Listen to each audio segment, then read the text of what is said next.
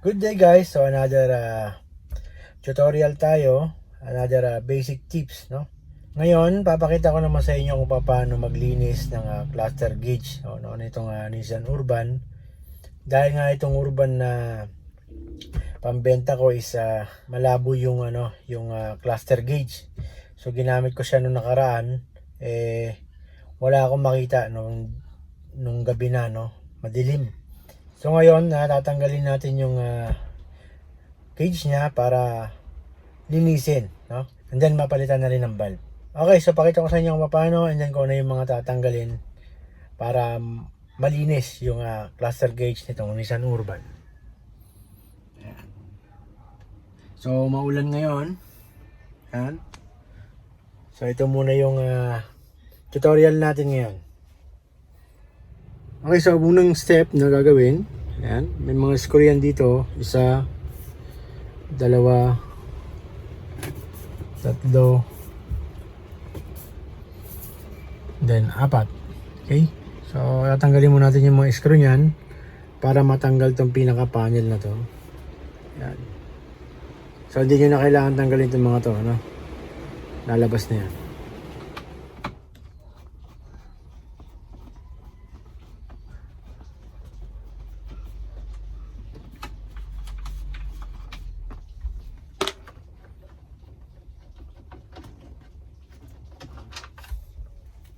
Okay, so natanggal na natin yung mga bolt, yung apat na black screw. Yan, yung mga ganito. Okay, so pwede na natin hilahin ngayon itong panel. So ang unang hila niyan is dito. Yan.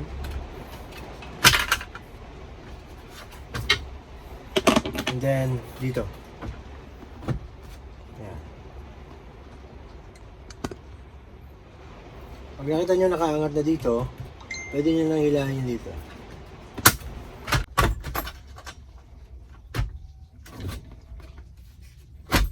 Ayan. So meron yan lock. Ayan, kadalasan nawawala na to. Pero mas maganda kung meron kasi meron siyang pinapasukan dito. So after nyan, nakaangat na. Sakit ng defogger, sakit ng hazard, and then yung sakit ng door switch sa likod, and then itong sakit dito na isa. Yan.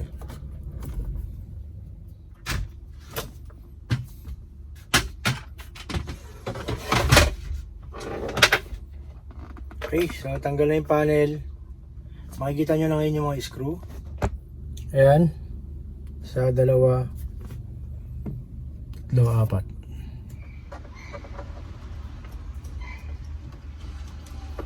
Okay, so chill lang tayo ngayon.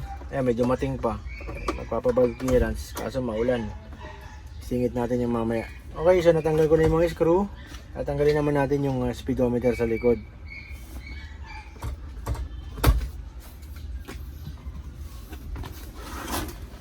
Okay, so natanggal na. Pwede na natin ilabas. Ayan. Okay. And then may socket yan na dalawa. Ayan. Isa, dalawa. So madali lang yan. Press lang sa side. Ayan. And then pull. The same yan ng isa, ng white. Press and pull. Okay, so ganyan magiging itsura niyan. Then ito na yung gauge natin. Cleaning natin yan. Okay, so yan na yung gauge natin. So kailangan natin tanggalin muna itong pinaka lens, no? So meron yung mga lock sa gilid.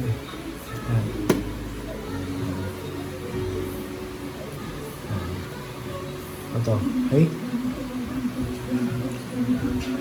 You lower the volume of your TV, Jimmy. Hey, Daddy, is that the engine number? It's not the engine number. What's this? It's the gauge. Gauge? When is that 1600? Yeah. What's the speed of 60-100? What's the 60-100? Okay, so natanggal din natin yung I think it's high. pinaka-lens. 60-100 is a hyperspeed. Yeah, sa hyperspeed. Okay, meron tayong extra dito. Natatanggalin na natin itong part na to. Yan yung black. Same lang sa lens. What? What?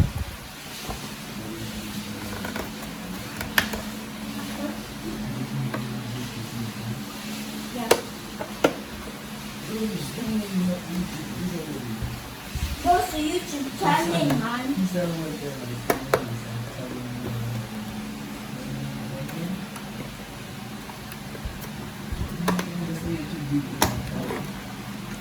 Okay, Hey, ayan. where's 8, 9, and 10? So, natanggalin naman natin ngayon yung mga gauge, no? Speedometer, temperature, and then yung fuel.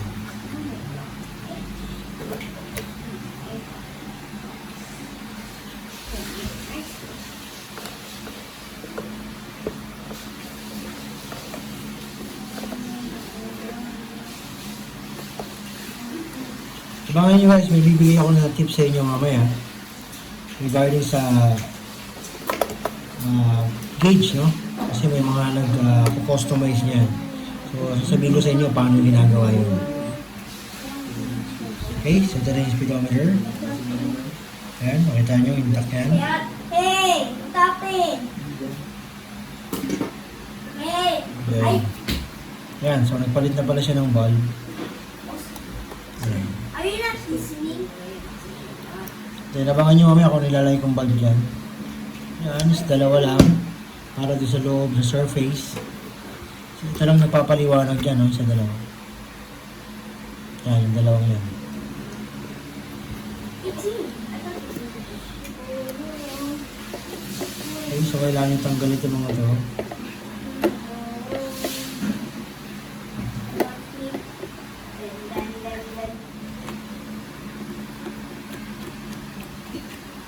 Daddy, what number is this? 60, 100.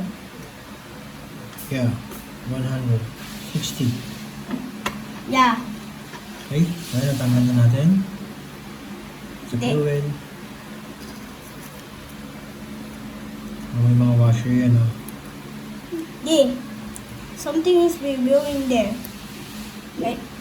Yan.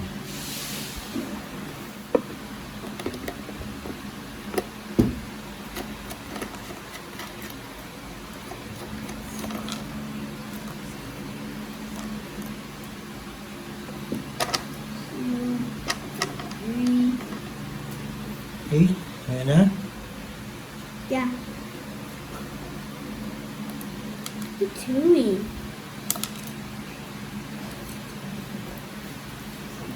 Yan, tanggalin natin yung mga bulbs.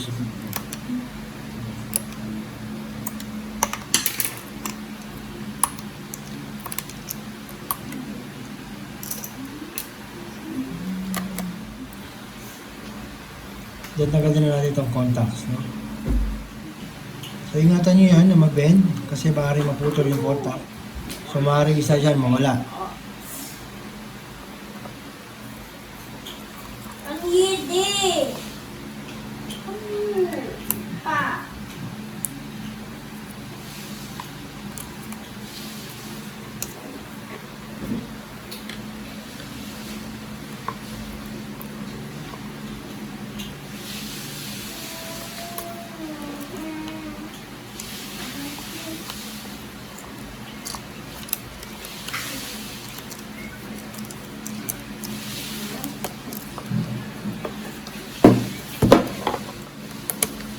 Okay, kaya na.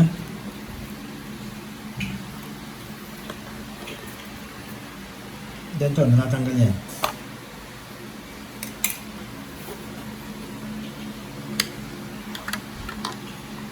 Yan. So, ingatan nyo rin yan, baka maputol. Kailangan nyo sundutin dyan yung nasa gilid dito. Yan, yung dalawang yan ang kumakapit.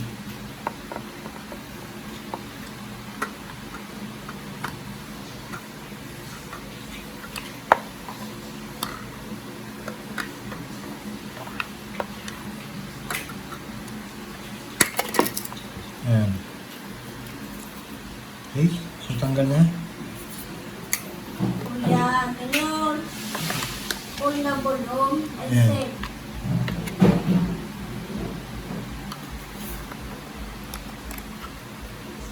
Are you not listening? What? Okay, so yan. Natanggal na natin lahat. Ngayon, bakit natin tinanggal lahat ng mga nakakapit dito sa puti na to? Sa pinaka-housing. Kasi ito yung lilinisin natin. Kailangan natin mapaputi yan. Yan, nakita nyo, di ba? Meron yung carbon. Yan. So, yan tatanggalin natin para mag-reflect no, yung white na background punta sa mga numbers. Okay, so linisin na natin to. Ito. And then ito. Okay? Okay, so dito, iingatan nyo lang yan. Kasi may mga maninipis yan na parang wire, no? Ayan, baka maputol nyo. And then, pag magdi-DIY kayo, tuturo ko na sa inyo kung paano yung basic para hindi niya masyadong maraming kakalasin para magawa nyo, no? Okay? So, nakita nyo yung mga carbon na yan. So, yan, ilinisin nyo yan. Kailangan matanggal yan. Kailangan maging clear yan para malinaw, no? Malinaw yung mga guhit na yan. No? O yung gauge, luminaw yan. Even yung fuel na word na yan, yung letters, lilinaw yan, mas nalinis mo yung back niyan. Okay, sa temperature, the same yan. So, ingatan yung mga wire na maninipis sa likod. Then, lilinisin din yan. Speedometer, no? Yan. So, ganyan din yan, same din. Lilinisin nyo rin to. Para mag-clear. No? Mag-reflect yung green dito sa harap, no? Okay, so ito yung isang tips na ibigay ko sa inyo. Nakakita kayo ng mga gauge na iba't ibang kulay. Yan. So yung mga ganito, yung minamodify nila, no? Nakikita nyo, nag-iiba yung mga color niyan. So ang ginagawa dyan is binuburayan ng likod. No? Yan, buburayin nila yan. Ginagamitan ng acetone yan. And then, bawat guhit, kung gusto mo kulay white lang yan, so hindi mo nalalagay, kaya mo na lang siyang clear, no? Kapag gusto mo may kulay, yung mga numbers na yan, magamitan mo yan ng Q-tips sa likod. Lagyan mo ng color kung anong gusto mo lumabas na sa mga numbers. Okay? Ganun din dito. Kung gusto mo mag-iba yung kulay niyan, yung mga letters, nilalagyan niya ng Q-tips. Pinapahiran ng Q-tips sa likod para mag-iba yung color. Okay, so linisin na natin lahat yan. Even ito, lilinisin natin ito. And then, itong contact, napaka-importante rin. Lilinisin mo rin yan. Lalo yung mga contacts na yan. Papunta na sa socket. Kasi once na may loose dyan, mayroong maglo-loose na isa sa mga gauge mo. Okay, so sa pag-cleaning, gagamitin natin dyan dishwashing liquid. Then pag may degreaser kayo, yung mga mild lang, pwede rin dyan. Okay, so yan, malinis na. Yan. Dito sa lens, huwag nyo gagamitan to ng hard na pangkuskus, no? Kailangan foam lang para hindi magkaroon ng scratch ang pinakasalamin niya. Okay, so dito naman, pupunasan na lang natin yung mga gauge niyan para hindi na tanggalin, no? Hindi na baklasin. So, para ma-DIY nyo rin, punas-punas lang yan. Para hindi na kayo mahirapan. Yan. So, punas-punasan nyo na lang para ma-DIY nyo.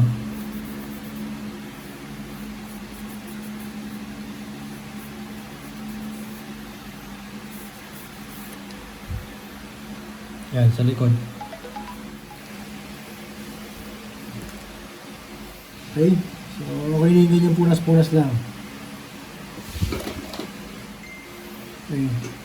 Dahil yung reflection niyan, yan, kailangan yan. Yan, nakikita nyo? Yan yung reflection. kulay green. Dahil kulay green yung background. Kaya sabi ko kanina, pag pinahiran nyo yan ng ibang kulay, so mostly cutics ang nilalagay dyan, mag-iba yung kulay niyan. So matagal na namin ginagawa yan. Actually, yung mga panahon pa ng Tamaraw FX. Ayan, naglilinis na ako yan. Then pagka gusto namin palitan yung kulay, cutics ang ginagamit namin dyan. Okay, so same procedure dito. Same reflection. Titignan nyo. Okay. So, tapusin ko na to. Okay, so ngayon, assemble na natin. So, ito yung dating bulb niya, no? Okay, so, ang kakabit natin ngayon na bulb is no kulay green. Yan. Then, originally, ang kulay talaga ng bulb niyan is green. O yung ordinary bulb na merong nakataklob na goma na kulay green. So, ang nabili ko is yung ordinary lang din na bulb na kulay green. Mas maganda kung makakabili kayo nito ng mga magagandang klase o yung mga medyo branded para hindi agad nag-fade. Okay, so, ito yung isa. Yan, kung mapansin nyo, medyo faded na. So, mga local lang itong nabili ko. Hindi ko alam kung kailan tatagal. Ngayon, bakit ordinary bulb nilagay ko? Kasi ang problema sa mga LED, napapansin ko, dito sa urban, madali siyang masira, no? Kaya ang ilalagay natin is ordinary. Okay, so bubuhin ko na to then para matesting na natin.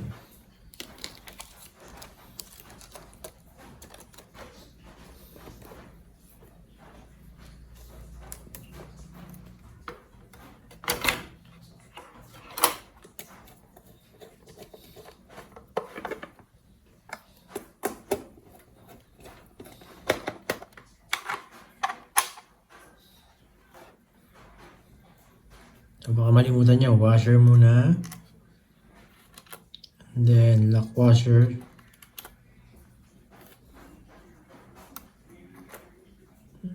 Bago yung nut. Iwasan nyo lang maputol. Dahil maliit lang yan. So kahit flies or long nose, pwede na yan.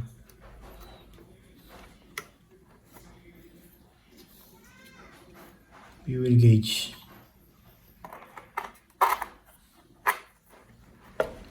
Okay, then yung mga bulbs.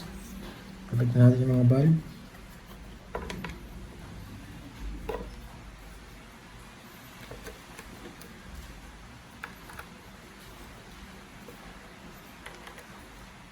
So dito yung dalawang kulay green. Yan. Yan dito.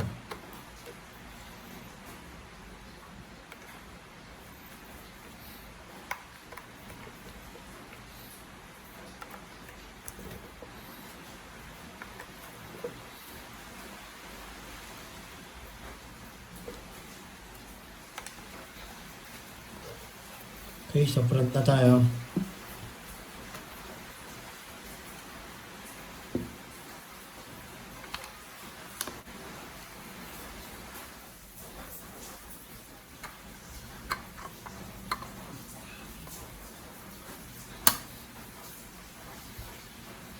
Kailangan nyo rin siya hindi sa may sinikot nyo rin kanina.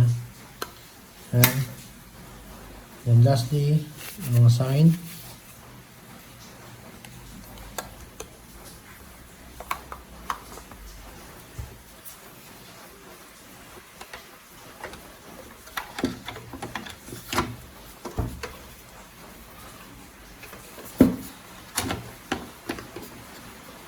Okay, sa pagkabit nitong black na frame, kailangan taas muna, no? Sa upper part muna, tututok nyo bago yung baba. So iwasan nyo rin maputol yan. Yan. Okay.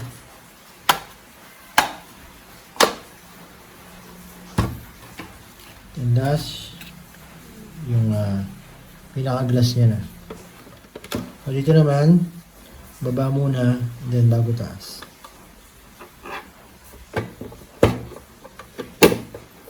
Yan. Okay. So okay na. Medyo may mancha, no? So hindi ko matanggal. Hindi ko na pwedeng i-scratch. Dati na yan. Okay, so kabit natin, tignan natin kung luminaw na. Okay, so kalimutan, dalawang socket.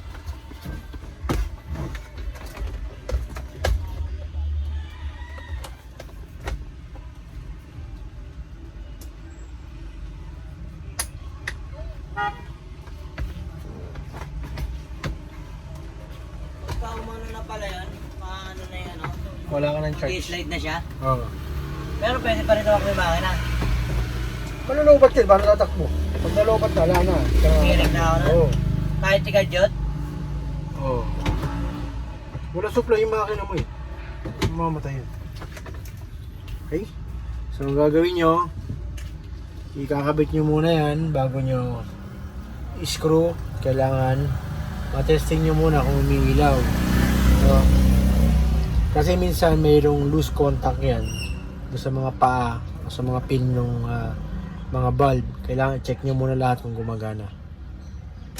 Okay? So, ayan. Makikita nyo kulay green na siya. Ayan. Okay, so working na. Ayan. Make sure gumagana lahat. Okay. Ayan. Fuel, umangat na.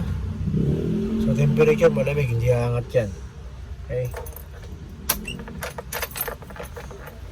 Okay, so kompleto na yung ilaw. Pwede na natin i-screw. Then mabalik yung panel. Okay guys, so mamaya pag medyo dumilim na, pakita ko sa inyo kung ano yung naging improvement doon sa ginawa natin. Okay guys, so yan, madilim na, no? Pakita ko na sa inyo kung ano yung kinahinat na ng ating ginawa, no? Okay, so yan. Taran! Okay, yan, so maliwanag na. Yan. So ang tanong na lang kung gaano katagal yung bulb na nabili ko. Okay, so kung may mabibili kayong bulb na medyo branded, siguro mas tatagal yan yung magiging green nya. So kailangan talaga malinaw yung gauge, no?